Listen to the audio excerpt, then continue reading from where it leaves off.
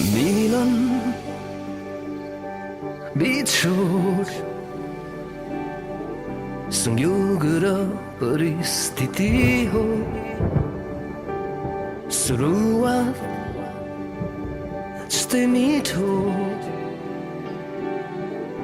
सम्बन्धमा सधैँ नहुने भो